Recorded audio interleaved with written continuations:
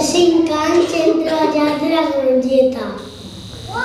En realitat, el seu nom és plaça Cronista Xavier. Està al mig del poble.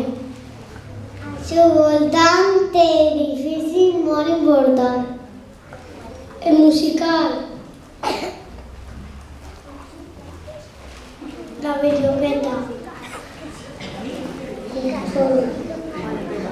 l'Ajuntament,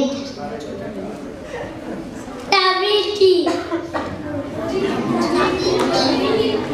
el mercat.